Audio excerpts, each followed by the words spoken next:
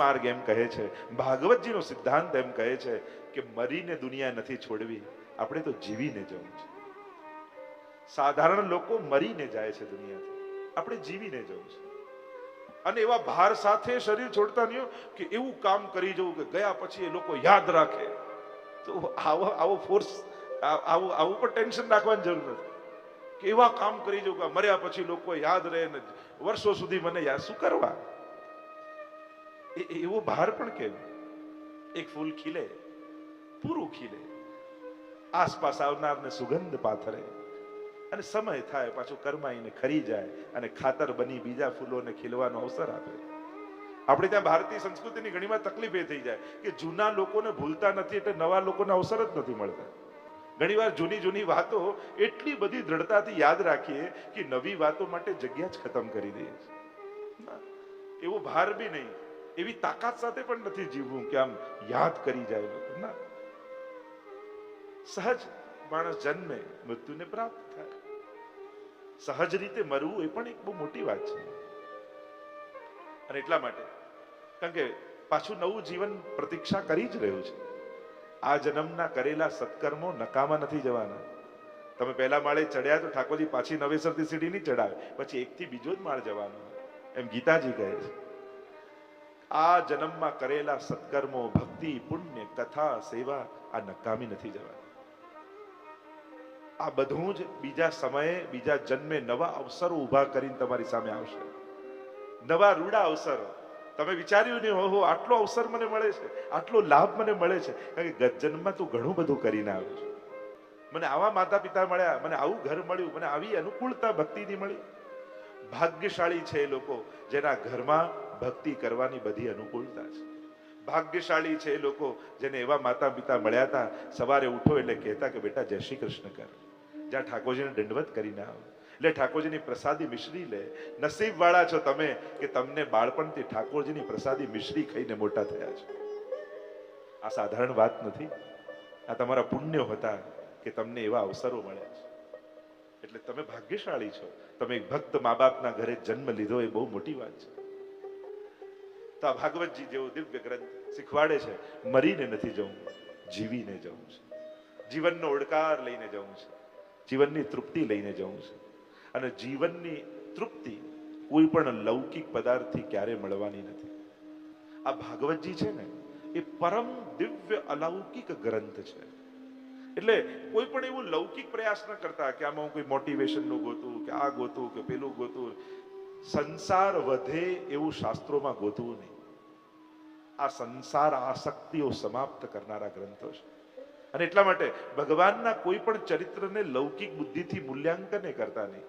ભગવાને આમ કેમ કર્યું, આવું કેમ કર્યું, આવું કેમ, આ બધા આપણા બુદ્ધિના ગણિતો છે. આ સાચું, ખોટું, ખરાબ, અનુકૂળ, પ્રતિકૂળ, આ બધા એક ઇમ્પ્રેશન જે આપણા મનમાં, બુદ્ધિમાં પડેલી છે, એ ગણિતો ભગવાનમાં સાચા નહીં પડે. અને એટલા માટે પ્લીઝ ભગવાનને સમજવા માટે લૌકિક બુદ્ધિનો ઉપયોગ કરતા નહીં. કારણ કે ઉલટાનું ઊંધું થશે, તમે ભગવાનને લૌકિક બનાવી દેશો. આ પરમ અલૌકિક કથા છે. આ લૌકિક પુરુષોની વાત જ નથી. કારણ કે કહેનારો કોણ છે? એ કોણ છે? સર્વભૂત હૃદયમ મુનિમાનતોસ્મિ. સુખદેવજી, જેને ઈશ્વર સિવાય દુનિયામાં બીજું કંઈ દેખાતું જ નથી. અને સાંભળનારો કોણ છે? જે ઈશ્વરને પામવા સિવાય બીજું કંઈ પામવા ઈચ્છતો નથી. તો વિચાર કરો, જે બે જણા ઈશ્વર મેળવવા નીકળ્યા છે, તો કોઈ સંસારની વાત સુદ્ધા યાદે આવે? કરે તો પછી વાત, એનું સ્મરણ ન થાય. કારણ કે સંસાર સુખદેવજીને દેખાતો જ નથી. સાવ સ્નાન કરતી નિર્વસ્ત્ર અપ્સરામાં પણ જે ભગવાન જોઈ શકે, એને પછી બીજે ક્યાં સંસાર દેખાવા? વિચાર તો કરો. વિકારના સ્થાનોમાં પણ જેને વિષ્ણુ દેખાય, એને ક્યાં સંસાર દેખાવાનો? વિચાર તો કરો. અને એટલા માટે આ લૌકિક જનોની કથા નથી. કારણ કે જે બુદ્ધિએ સાંભળો પછી એવા જ અર્થઘટન થાય. એક વકીલને કોઈએ પૂછ્યું કે તમે રામાયણ મહાભારત સાંભળી છે, શું સમજ્યા? તો કે ભાઈ સમજો ને, બધું મને ખબર છે. એકમાં લેન્ડનો કેસ છે ને એકમાં અપહરણનો કેસ છે. હવે એ તો એની બુદ્ધિ જ વિચાર કરે, એને તો કેસ જ દેખાય. અને એટલા માટે જેનો જે બુદ્ધિમાં પ્રભાવ હોય ને એ શાસ્ત્રોમાં પણ એ ગોતે છે. જેની જે બુદ્ધિમાં પ્રભાવી હોય એ જ ગોતે. સાયન્ટિસ્ટો સાયન્સ ગોતવા આવે, કઈક લૌકિક લોકો લૌકિકતાને શોધે, જેને ધનમાં રસ છે ધનમાં બુદ્ધિ એની જાય. જાકી રહી ભાવના જૈસી પ્રભુ મુહૂર્ત દેખી તિનતેસી. વિકારી વ્યક્તિને વિકારે દેખાય, ભગવાનમાં વિકાર દેખાય. એટલે સમજી લેજો, મનુ તે નહીં લૌકિકમ. મહાપ્રભુજી ને સ્પષ્ટ કહા હમારે ઠાकुरજી લૌકિક નહીં. એટલે ભાગવતજી સાંભળવા માટે લૌકિક બુદ્ધિનો ઉપયોગ બંધ કરજો. અન્ય ટીકાઓ કરતા મહાપ્રભુજીની ટીકા કેમ વિશેષ માનીએ છીએ આપણે સુબોધનીજી? કારણ કે અન્ય વિદ્વાનોએ ભાગવતજીના જે અર્થ કર્યા એ બધા પોતાની બુદ્ધિ પ્રમાણે કર્યા, કે મારા મત પ્રમાણે, મારા વિચાર પ્રમાણે મને આ અર્થ લાગે છે, આ અર્થ. કોઈ ગમે તેટલા સારા અર્થો કરે પણ અંતે તો એની બુદ્ધિનું જ પ્રદર્શન છે. ગમે તેટલા સારા અર્થો કર્યા આપણને સાંભળીને મનોમંથન, મનોરંજન થઈ જાય. પણ મહાપ્રભુજીની વિશેષતા એટલા માટે અન્ય કરતા વધારે, કારણ કે મહાપ્રભુજી જે અર્થો કર્યા એ વ્યાસજી જે કહેવા માંગતા હતા એ કહ્યું છે. કે ભાગવતજી શેના માટે હું લખું છું, હું શું કહેવા માંગુ છું, તો કરતા, આ ગ્રંથના જે કરતા છે એ જે કહેવા માંગે છે એ મહાપ્રભુજી કહી રહ્યા છે.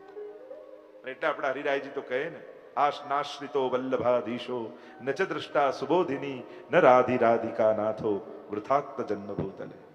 જેને આ સુબોધની આદિના દર્શન કર્યા નથી એના તો જન્મ વૃથા છે. અને એટલા માટે ભાગવતજી પરમ અલૌકિક ગ્રંથ છે. આવો મહાત્માની કથામાં પ્રવેશ કરીએ. 6 અધ્યાયમાં મહાત્મ્ય છે.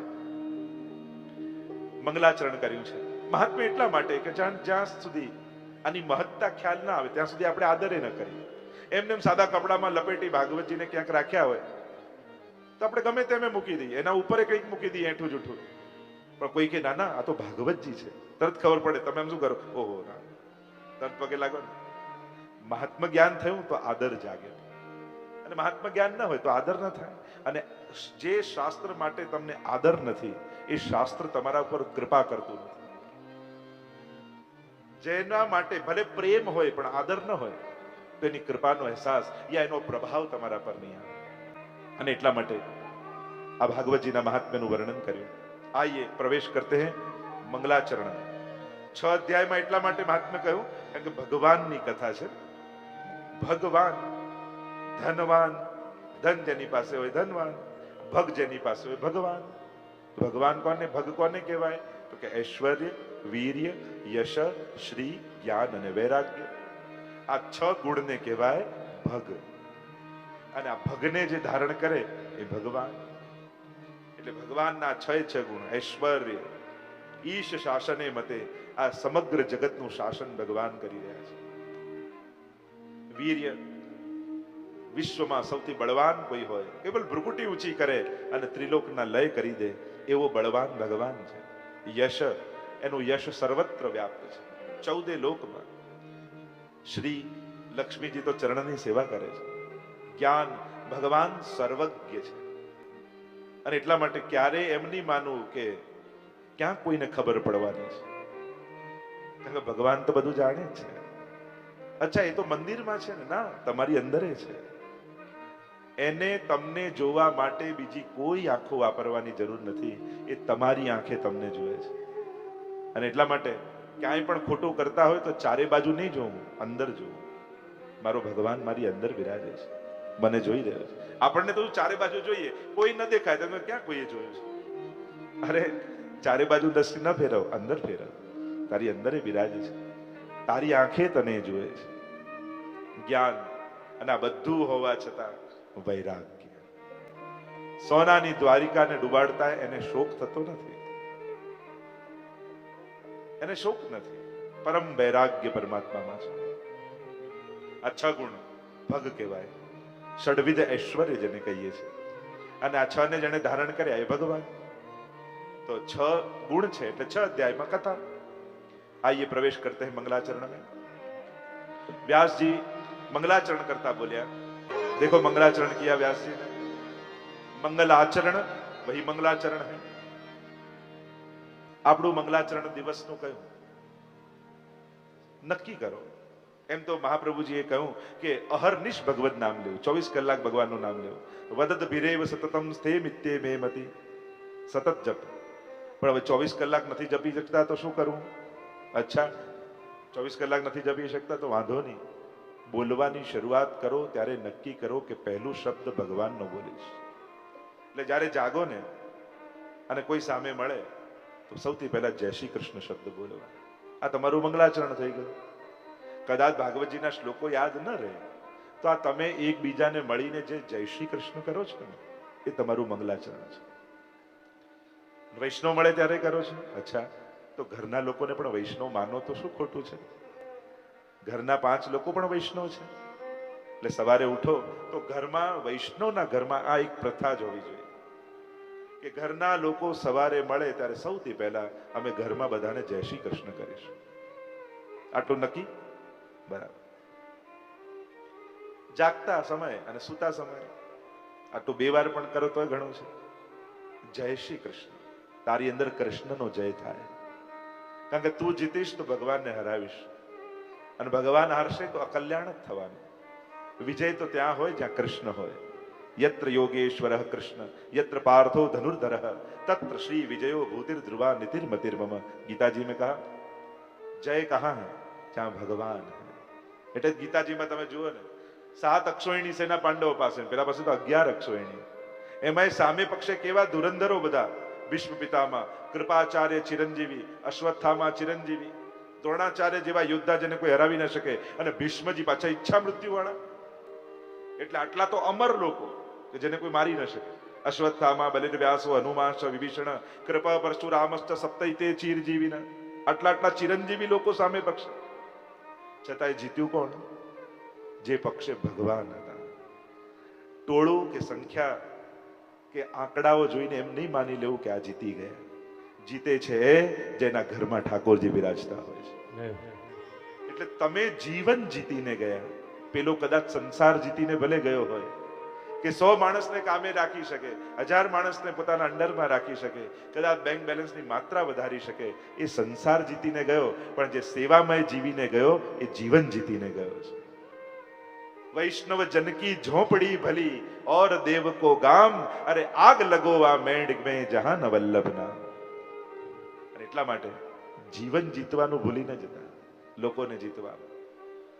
અને એટલા માટે વિજય ત્યાં છે જ્યાં ભગવાન છે. અહીંયા મંગલાચરણ કર્યું. પ્રભુની કૃતિ, આકૃતિ અને પ્રકૃતિ ત્રણેયનો પરિચય કરાવ્યો. તમે જેની કથા સાંભળવા જઈ રહ્યા છો સૌથી પહેલા એને તો સમજો, પછી એની કથા સમજાશે. જ્યાં સુધી ભગવાન નહીં સમજાય ત્યાં સુધી ભગવાનની કથા નહીં સમજાય. કારણ કે સૌથી પહેલા આ શ્લોક દ્વારા એટલું દ્રઢ થઈ જશે, કૃષ્ણ એ ભગવાન છે, સાધારણ મનુષ્ય નથી. અને એટલા માટે મનુષ્ય માટેના ધર્મ અધર્મ, સત્ય અસત્ય, પાપ પુણ્ય, સાચું ખોટુંના નિયમો ભગવાનને લાગુ પડતા નથી. जन्म कर्म चमे दिव्यम. गीताजी में स्पष्ट भगवान ने कहा मेरा जन्म और मेरे कर्म दोनों दिव्य हैं. दोनों दिव्य. ઘણા લોકો એમ કે ભગવાનને કર્મ ભોગવવા આવવું પડ્યું, જો ને બાનું બાણ ખાવું પડ્યું ને આમ ખાવું. ભગવાનને કોઈ કર્મ ભોગવવા આવવું પડતું નથી. આ બધા પોતપોતાના વિચાર હશે. શાસ્ત્રો એમ નથી માનતું, ભગવાન એમ નથી માનતા. ભગવાન ગીતાજીમાં સ્પષ્ટ કહે છે મારા જન્મ અને મારા કર્મ બંને દિવ્ય છે. દિવ્ય છે એટલે કે લૌકિક નથી, સંસારી જેવા નથી. હું જન્મું છું તો કર્મવશ નહીં, કૃપાવશ આવું છું. મારા કર્મ પાછલા કોઈ કર્મોને આધીન અને એને હિસાબ મેળવવા નથી થતા. મારી તો લીલા હોય છે. અને અનાયાસેન હર્ષાત ક્રિયમાણ ચેષ્ટા સલીલા. જેનું કોઈ ઇન્ટેન્શન ન હોય, કેવલ આનંદની અભિવ્યક્તિ, એનું નામ જ લીલા છે. અને એટલા માટે ભગવાનની આ બધી લીલાઓ છે. તો સૌથી પહેલા આ ભગવાનને સમજી જાઓ તો ભગવાનની લીલાઓ ભાગવતજીમાં બધી સમજમાં આવશે. પછી ભગવાન જે કાંઈ પણ કરશે ને એમાં શંકા નહીં જાગે, શ્રદ્ધાનો આનંદ જાગશે. કે જો ઠાકોરજી ભગવાન હોવા છતાંય કેવી કેવી લીલાઓ કરે છે. જો ને ઘૂંટણીએ ચાલે છે, જો ને ચોરી કરે છે, પછી ચોરી ગુનો નહીં દેખાય. કોઈ મૂવીમાં કોઈ ચોર બને હીરો અને એટલી સારી ચોરની એક્ટિંગ કરે ને તો આપણે બહાર નીકળીને વખાણ કરીએ, બહુ સારી એક્ટિંગ કરીએ. આપણે એમ ના કે કેવો ચોર હતો જો ને, આવું કરાતું હશે, આટલો સુખીને આટલો મોટો એક્ટર થઈને ચોર કરે, અરે એને સારી એક્ટિંગ કરી એની પ્રશંસા થાય. એમના ઠાકોરજી જે કાંઈ પણ એક્ટિંગ કરશે ને એ દરેક એક્ટિંગ કરતી વખતે આપણે પ્રશંસા કરીશું. અરે પ્રભુ, લોકો તો એક વિવાહ કરે, આ તો 16,000, વાહ વાહ પ્રભુ. ઘરમાં આટલા માખણ દહીં દૂધ પડેલા તો ચોરી ખાય, જો કેવો પ્રભુ લીલા કરે છે. એટલે પ્રત્યેક લીલા आनंद से हरे लीला. महाप्रभु जी ने कहा सुबोधनी में, प्रभु की प्रत्येक लीलाएं आनंद देने वाली. वो आनंद ત્યારે જ જાગે જ્યારે લૌકિક બુદ્ધિના હિસાબ કિતાબ બંધ કરીએ, જોખવાનું બંધ કરીએ. સાચું ખોટું ભગવાનને પલડામાં ન જોખાય. પ્રભુ છે એની દિવ્યતા છે અને દિવ્યતાનો આનંદ લેવાનો હોય. આપણી લૌકિક બુદ્ધિએ ભગવાનને જજ કરવા ન બેસવાનું હોય. અરે આપણું તો આપણા ઘરના લોકો નથી માનતા, ભગવાન છે ને માને. તમે ઘરે જજ કરીને જોજો તમારા બાળકને, દીકરાની વહુને, અરે એકબીજાને. ઘણા લોકો કે અમને જ આવા કેમ મળ્યા, કે તારા સિવાય કોઈ સાચવે એમ નહોતું એટલે ભગવાને તને આપ્યા, બીજું તો શું સાહેબ, બીજું તો શું કહી શકીએ. ઘણા નિશાસર અમને જ આવા આપ્યા. પ્રભુને થાય કે આ આના જ કંટ્રોલમાં રહેવો છે, આને જ આપો, બીજું તો શું કરી શકીએ. અને એટલા માટે પ્રભુને આપણી નાનકડી બુદ્ધિથી જજ કરવાનો પ્રયાસ નહીં કરવો. કોઈ માછલી એમ કે હું દરિયો કેટલો મોટો માપીને જોઉં, એના જન્મો નીકળી જાય, એ ક્યાં માપવાની. તેમ ભગવાન દરિયા જેવા છે ને આપણી બુદ્ધિ માછલી જેવી છે. પાણીમાં રહેલી માછલી એમ કે મેં તો સમુદ્ર વિશે બહુ સાંભળ્યું છે, ક્યાં હશે આ સમુદ્ર. અરે તું સમુદ્રની અંદર જ છું. આપણી બુદ્ધિ એવી જ છે. બુદ્ધિ પ્રેરક કૃષ્ણ ચલાવનારો એ છે. અને આપણે કહ્યું કે મારી બુદ્ધિથી એને સમજી જાઓ, એને તો આનંદ મળે. અને એટલા માટે પરમાત્માની કૃતિ, આકૃતિ અને પ્રકૃતિ ત્રણેયનો પરિચય કરાવે. અચ્છા, તો પ્રભુ કહેશે હૈ પ્રાકૃતઃ સકલા દેવા ગણિતાનંદકમ બૃહત પૂર્ણાનંદો હરિસ્તસ્માત કૃષ્ણ એવ ગતિર્મમ. એમ તો સચ્ચિદાનંદ અક્ષર બ્રહ્મની વાત, અને શ્રી કૃષ્ણાય એ પૂર્ણ પુરુષોત્તમ સચ્ચિદાનંદ રૂપાય. મહાપ્રભુજી તો ઠાકોરજીનો પરિચય આપતા જ કહ્યું હતું, પ્રાકૃતઃ સકલા દેવા. દેવ હે વો પ્રાકૃત હે. પ્રાકૃતનો અર્થ તમે જેટલું કરો એટલું આપે. ગણિત વાળા છે, જેટલું ગણતરીમાં થાય, જેટલા જપ કર્યા, જેટલા યજ્ઞ કર્યા એ પ્રમાણે તમને ફળ, એનાથી વધારે ના આપે. એટલે પ્રાકૃત. ગણિતાનંદકમ બૃહત. બૃહત જે અક્ષર બ્રહ્મ છે એ પણ ગણિતાનંદ છે. પણ આપણે કોની કથા સાંભળવા જઈએ છીએ, આપણે કોની સેવા કરીએ છીએ? પૂર્ણાનંદો હરિસ્તસ્માત કૃષ્ણ એવ ગતિર્મમ. એ પૂર્ણાનંદ પરમાત્મા શ્રી કૃષ્ણની એતે ચાંસ કલા પુંસ કૃષ્ણસ્તુ ભગવાન સ્વયં. જે દ્વિતીય સ્કંદ આદિમાં ચર્ચા આવી, સ્વયં ભગવાન, એની કથા સ્વયં પૂર્ણ પુરુષોત્તમ. ભાગવતજીની મહત્તા અન્ય પુરાણો કરતા એટલા માટે છે કે અન્ય પુરાણોમાં જે કથાઓ છે એ અવતાર કૃષ્ણની કથા છે, અને ભાગવતજીમાં અવતારી કૃષ્ણની કથા છે. સારસ્વત કલ્પના દ્વાપરમાં જે પૂર્ણ પુરુષોત્તમ પ્રગટ થયા એમની કથા ભાગવતજીમાં છે. એટલા માટે ભાગવતજી અન્ય સર્વ પુરાણો કરતા વિશેષ છે. આ વિશેષતા ભાગવતજીની, આ મહત્તા ભાગવતજીની. અન્ય પુરાણોમાં પણ કૃષ્ણ કથા આવે છે. તમે એ જ દધી મંથનની લીલા જોશો તો તમને જુદી લાગશે ભાગવતજી. તમે એ જ ગોવર્ધન લીલા જોશો તો અન્ય પુરાણોમાં કંઈક જુદી રીતે વર્ણિત થશે. તો આપણને થાય એક જ લીલા આવું જુદું જુદું કેમ? મહાપ્રભુજી કહે એને કલ્પ ભેદથી જાણવા. દરેક કલ્પ, આખી જે હિન્દુ સંસ્કૃતિ પ્રમાણે સમયની ગણતરી છે. આગળ મન્વંતર લીલા આવશે અષ્ટમ સ્કંદમાં, ત્યાં આખું એક પલકથી લઈને એક નિમિષથી લઈને છે કલ્પ સુધીના સમયની ચર્ચા છે. તો દરેક કલ્પના દ્વાપરમાં ભગવાનનો અવતાર થાય છે, પણ દરેક કલ્પના દ્વાપરમાં પ્રગટેલા કૃષ્ણ એ પૂર્ણ પુરુષોત્તમ નથી હોતા. સારસ્વત કલ્પના દ્વાપરમાં જે પ્રગટ થયા એ ભગવાન પોતે પધાર્યા, અને એમની કથા ભાગવતજીમાં છે. એટલે અન્ય પુરાણો કરતા ભાગવતજીની શ્રેષ્ઠતા માનવામાં આવી. સચ્ચિદાનંદ રૂપાય કૈસે હે પ્રભુ? સતરૂપ. જેનો ક્યાંય અભાવ ન હોય એને કહેવાય સત. ના સતો વિદ્યતે ભાવો, ન ભાવો વિદ્યતે સત. પ્રભુનો ક્યાંય અભાવ નથી. એટલે આ વિશ્વના કોઈ કણમાં ભગવાનની બહાર નથી. એટલે પેલા અકબર બિરબલને પૂછ્યું ને કે એવું કયું કામ કે જે રાજા કરી શકે પણ ભગવાન ન કરી શકે? ત્યારે બિરબલે જવાબ આપતા એટલું જ કહેલું, હા એક કામ છે, તમે મહારાજ દેશ નિકાલો કોઈને આપી શકો પણ આ કામ ભગવાન ન કરી શકે. કારણ કે ભગવાનની સત્તાની બહાર કઈ છે જ નહીં, બધે જ એની સત્તા છે. તો આમ સતતત્વ જે સર્વત્ર પરમાત્મા છે, ચિદ તત્વ ચિતિ જ્ઞાને પ્રભુ સર્વજ્ઞ છે, સર્વ જ્ઞાન આપના હૃદયમાં છે. કોઈ ગમે તેટલો ભણેલો માણસ હોય પણ સાબિત તો એ જ કે આ આટલું ભણ્યો છે, પણ દરેક વિષયનું જ્ઞાન ન હોય. પ્રભુ સર્વજ્ઞ છે. અને ત્રીજું પરમાત્મામાં તત્વ છે આનંદ, સુખ અને આનંદ. સુખ મેળવવાનું હોય, આનંદ માણસ લઈને પ્રગટ થાય છે. લઈને મળે એ સુખ, આપીને મળે આનંદ છે. ક્યાંક જમીને આવો તો તમને સુખ થાય, ભૂખ્યાને જમાડીને આવો તો તમને આનંદ થાય. કેવા ફિલિંગ્સ જુદા હોય છે. આ આનંદ રૂપ પરમાત્મા છે. આનંદ સહરે લીલા, આનંદ માત્ર કરપાદ મુખો ધરાદે. વેદમાં એટલે જ પરમાત્માની વ્યાખ્યા કરતા કહ્યું બ્રહ્મ કેવો છે તો કે આનંદ માત્ર કરપાદ મુખ ઉદર આદિ. જે સર્વાંગ આનંદમય છે એ જ પરમાત્મા છે. એટલે તો નંદ મહોત્સવમાં આપણે કહીએ નંદ ઘેર આનંદ ભયો. કારણ કે વેદમાં પરમાત્માને આનંદ કહ્યો છે અને એટલા માટે નંદ ઘેર આનંદ ભયો એમ કહીએ. પણ એ આનંદ કયા નામથી પ્રગટ થયો તો કે જય કનૈયાલાલ, કૃષ્ણ સ્વરૂપ. પણ પ્રગટ થયો છે વેદનો પૂર્ણ પુરુષોત્તમ, અને એટલા માટે એ આનંદ રૂપ પરમાત્મા છે. આનંદ પ્રગટાવવાનો છે, મેળવવાનો નથી. હૃદયમાં આનંદ છે જ. અને બે પ્રકારનો આનંદ, એક સંયોગનો આનંદ, બીજું તાપ ક્લેશનો આનંદ. બ્રહ્મ સંબંધમાં આપણે જ બોલીએ છીએ ને, તાપ ક્લેશનો આનંદ જેને તિરોધાન થયો છે, એ વિસ્મૃતિ થઈ છે, બસ એની સ્મૃતિ કરવાની છે.